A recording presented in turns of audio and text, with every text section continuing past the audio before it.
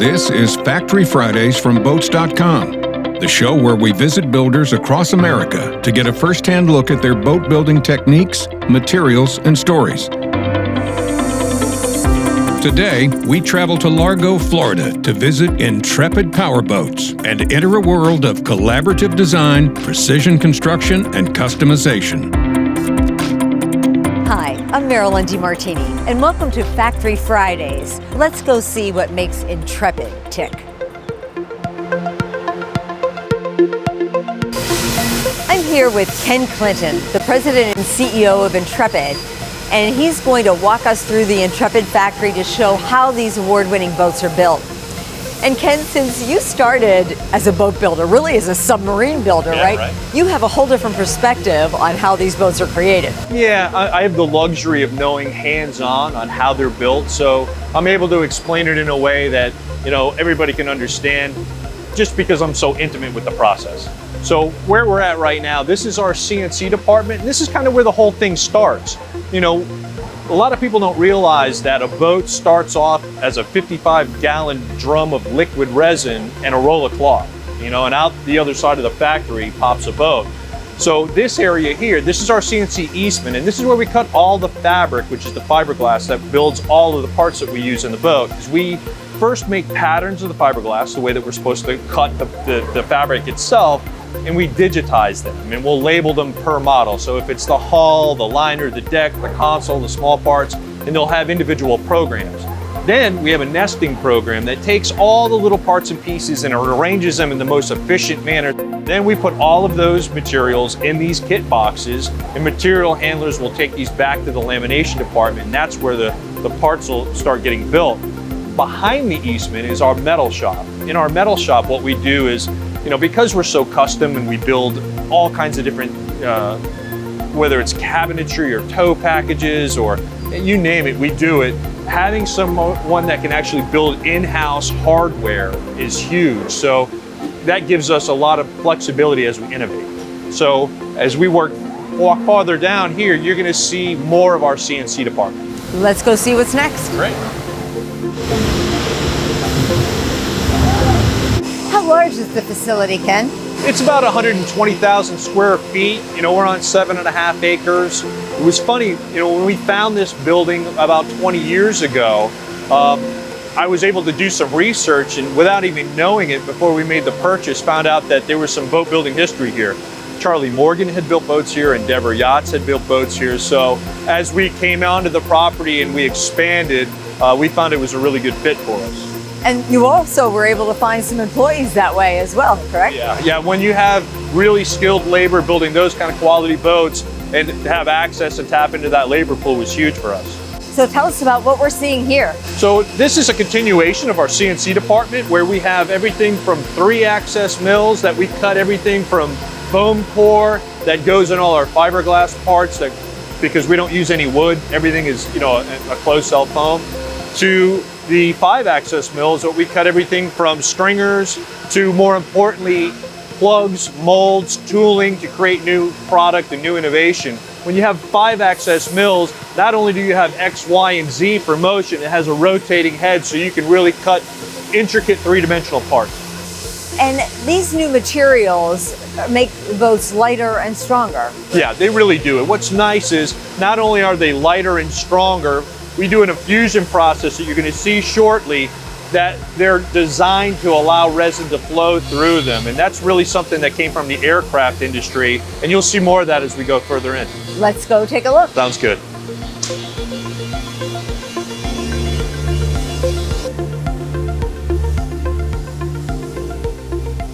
That's a large paint booth. Yeah, it's a 50-foot downdraft booth, and we use that to paint all the boats. You know, we get a lot of painted hull sides, boot stripes, accent stripes, you name it, we'll paint it. Looks like we got a T-top here. Yeah, actually this is going to be a hard top that the customer has asked us to paint the underside of the top to match his hull sides, and then what we'll do is we'll do a matte finish on it.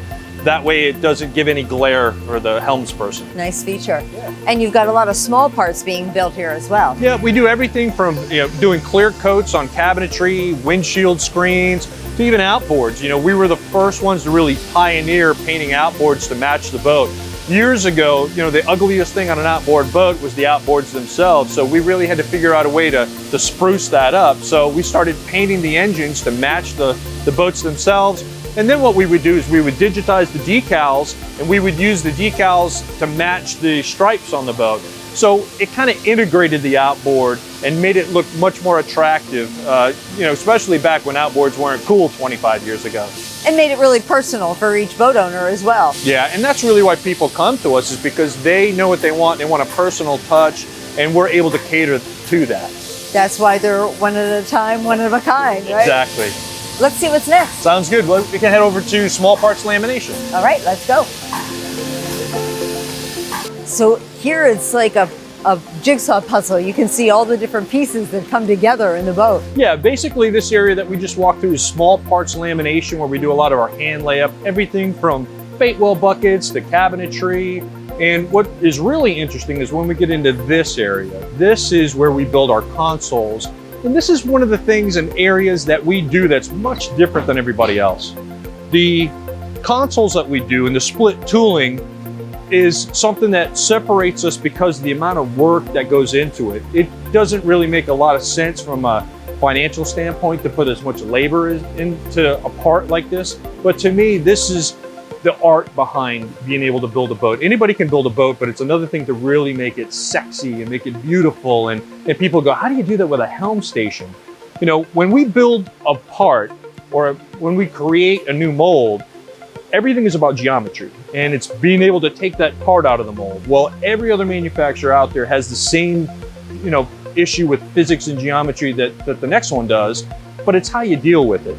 You know, when you build parts that have to come out of a mold, you can't have recesses and you can't have style lines because it'll lock the part into the mold. Well, we threw that theory away a long time ago, and we said, you know what, we're gonna build parts the way that we want them to look, and we'll figure out later how to get them out. So I'll show you. When you look inside here, you can tell that like all these little insets and boxes that are there make it to where there's no way that this part's going to come out of the mold. So what we do is we break this side off, and the front and the back and the top and the other side, and that's how we get it out of there. Well, then you say, well, that's not rocket science. Why doesn't everybody else do it? Well, I'll show you over here why they don't do it. Because when you get that part out of the mold, even though it's all one piece and solid, you have seams where all these little pieces of the mold come together. So you look here and you'll see this seam and that seam. Even though this is all structurally one part, you know, this is where all those pieces break off. So you'll finish this, and then it's going to go over to small parts finish, where they have to refinish the entire part by hand. So from an economic standpoint, you know, other manufacturers want to be able to take a part out of the mold, maybe buff it and put it on the boat, whereas we have to rework the entire part. But, you know, little things like the style lines, the way that this rolls in, the toe kick underneath, all of these things are locks that would not allow the part to come out. And our customers understand aesthetics. They're people that have built very beautiful homes and have very nice cars and have an appreciation for beauty. And we feel that we can give it to them.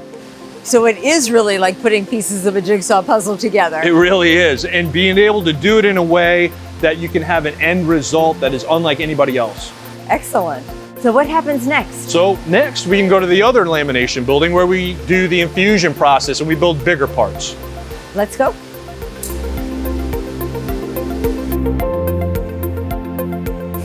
Lots of people busy here. Yeah, this is our infusion building, and this is a process that we did about 18 years ago. We took it from the aircraft industry, and basically it's being able to build parts with a vacuum system. So as we look at this part back here, so this is a deck mold, and you have to envision this is upside down as a part. And the first thing that we do is we wax the mold so that the part will actually release from it. Then we'll shoot it with 27 mils of gel coat, and that's that white color that you see. So after that cures, then we put 1.5 ounce mat down.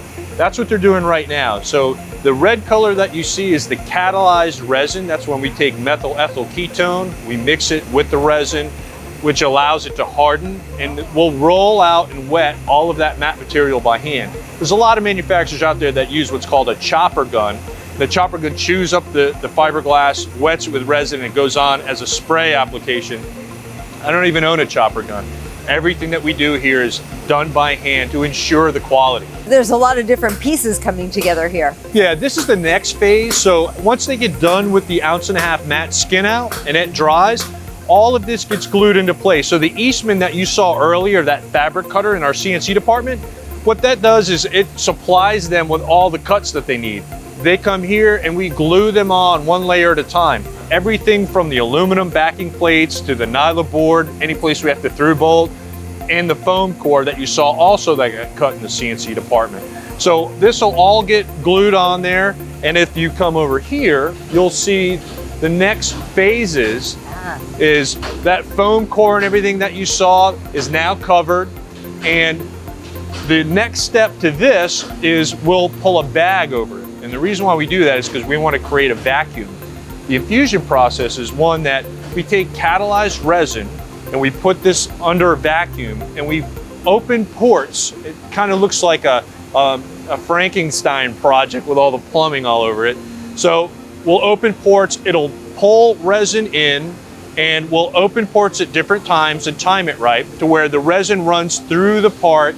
And what's the benefit from infusion is a few different things. One is weight savings, because during the infusion process, the resin that is getting put into the part will be the right ratio to the glass. If you think about it, when we used to wet this out by hand with a paint roller, any of the excess resin that you would put on there stays there and it has no place to go. So the part's heavier.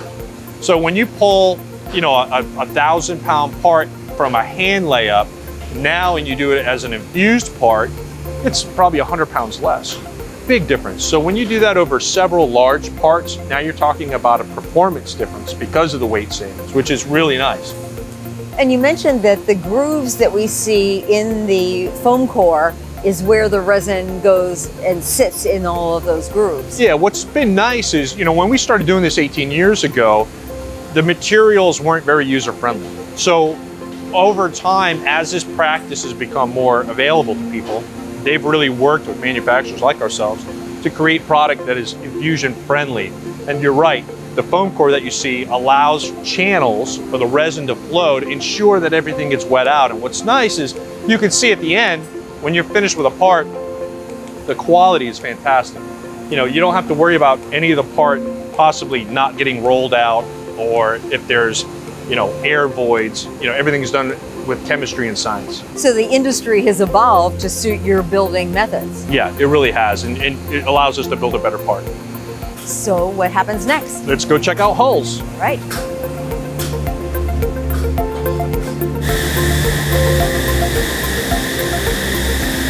You can really appreciate the size of the hull from this angle. Yeah, you really can when you get them turned on the side like this. So this is our hull building, and what you're looking at right now is the beginning processes that we do to build a hull. Once again, everything is done by hand, and we also use the same infusion process on hulls. So right now they're putting down the initial layers that we roll out completely by hand, and then just like on the other parts that you saw, we'll glue in all the other dry materials, bag it, and infuse it the same way. So it's the same process, just on a larger scale. Much larger scale, and yeah. What model is this? This is the 477 Evolution.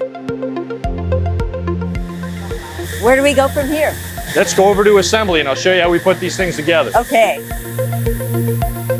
So this is the beginning of the assembly process here. This is station one. And this is also where it started for you, isn't it? Yeah, actually 30 years ago, this was my job and this is what I did. I worked in station one assembling the boat. So I have intimate knowledge of this area. So what we're looking at now is when the hull first comes in, we do all the hull prep. Everything from fuel tanks and water tanks, the trim tab system, gyro stabilizers, everything that goes below the sole of the boat. Then what we'll do is we'll prep the deck, the liner, and we'll do the same thing. And then what we do is we put those pieces together, and we do it a little bit different than some people. A lot of people put an adhesive on the stringers and bulkheads and they mush it into place. We do this the same way that I did it 30 years ago. We crawl into every one of these hatch openings and we glass them by hand all the stringers and bulkheads up to the sole of the boat.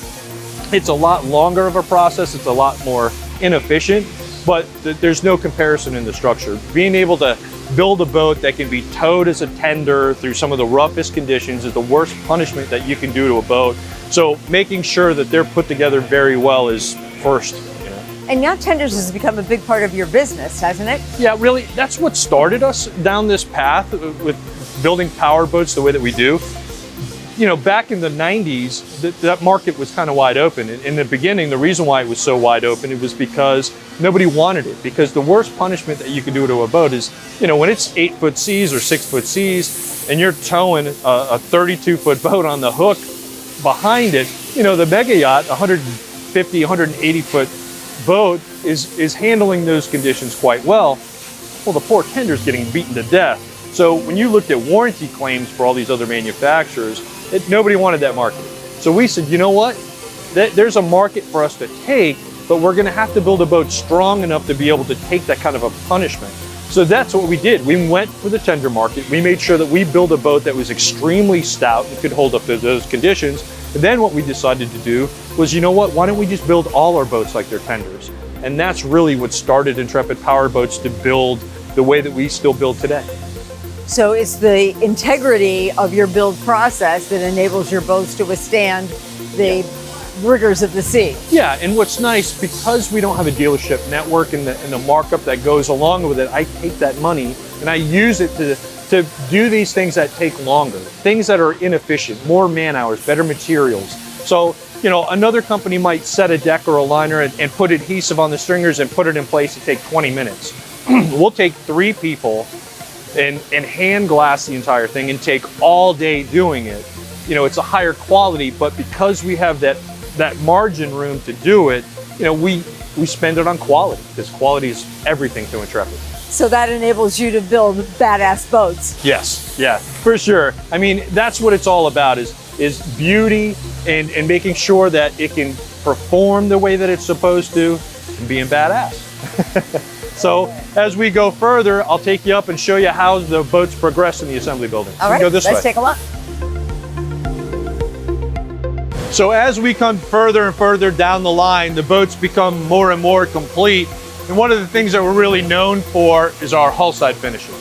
So unlike a lot of other manufacturers out there, we put a lot of time into making sure that we fair everything. Because when you build a fiberglass part, there's always some type of heat distortion regardless of the mold that you're building it out of. So what we do is we take the time to literally hand block the entire hull to make sure it's fair. So we'll take what's called dicum, which is that purple color, and we put it on the hull, and it shows us the high points, the low points, and that's what we'll do, is we'll knock everything down, we'll etch prime it, and we'll do 5 to 6 coats of base coat clear coat, 6 coats of clear, and then the sanding process begins. And then we'll go from grits of everything from 500 all the way up to 2,500, and then buff. And we have to do that over every square inch. And the bigger the boat, the more time involved, but they're really getting the straight edge down the whole side of the hull. Yeah, this is really the old school way of doing it, and I haven't found a new way that's better than the old school way. So until then, we're gonna use elbow grease and we're gonna get it done. All right. So now after the finish is perfect, where to? So little by little, as we go down the production line, the boats become more complete. So let's go a little bit further down and I'll show you some more. Okay. So now it's looking like a real boat. Yeah, you know, we go a little bit further down the line and we have 5 different production lines, smaller boats to bigger boats. So they move from station to station. What's really important to us is making sure that we also capture the quality control process in each one of those stations. So we have checkpoints that not only the managers have to sign off on, but also the quality control group to make sure that we're all on the same page. So they get further and further down, they become more complete. We set the consoles, we set the hard top, we get the engines mounted, and then we get to a point where we're gonna pull them outside and we're gonna run them on the hose, and then we're gonna go sea trial them, and that happens all out here. It's amazing that it all comes down to this final step where it all comes together. Yeah, and we have a lot of support groups along the side, and what we do is try to build as much of the boat off the boat, so that way when we drop in, whether it's a helm seat station or a different set of cabinetry, that it's as complete as possible, so that way we don't have people all over the top of each other. You know, being able to do the bench work also allows us to build a better quality, and then it all comes together at the end. So it's a very detailed planning process to get each thing to happen in its proper timing. Well, not only that, we're doing every one of these boats for someone. So each boat here is built for somebody the way that they want it. So it's also a process where you have to be a smart craftsperson, not just a good craftsperson, because you have to pay attention to detail. So to your point, detail is everything when you're building boats as custom as we do. So let's go to finishing. Yeah, let's check it out. So this is what everybody looks forward to experiencing, these great comfortable seats. Yeah, it's a combination of our in-house upholstery shop, where we do everything that you can imagine, from stitching colors to different types of stitching, and along with our partners, Miami Prestige, which supply us with beautiful seats like this. Everything's custom, everything from electric fore and aft, racing bolsters, you know, you name it, how you want to do it, and we're able to cater to it. And we make sure that we use all the best materials.